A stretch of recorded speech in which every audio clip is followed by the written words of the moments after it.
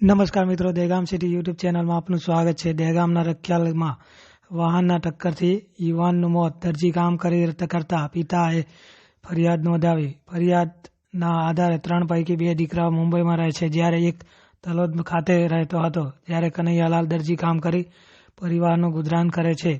ગાંધીનગરના દહેગામ તાલુકામાં આવેલા રખિયાલમાં રહેતા કનૈયાલાલ અંબાલાલ દરજી એ સોમવારે રખિયાલ પોલીસ સ્ટેશનમાં ફરિયાદ નોંધાવી હતી।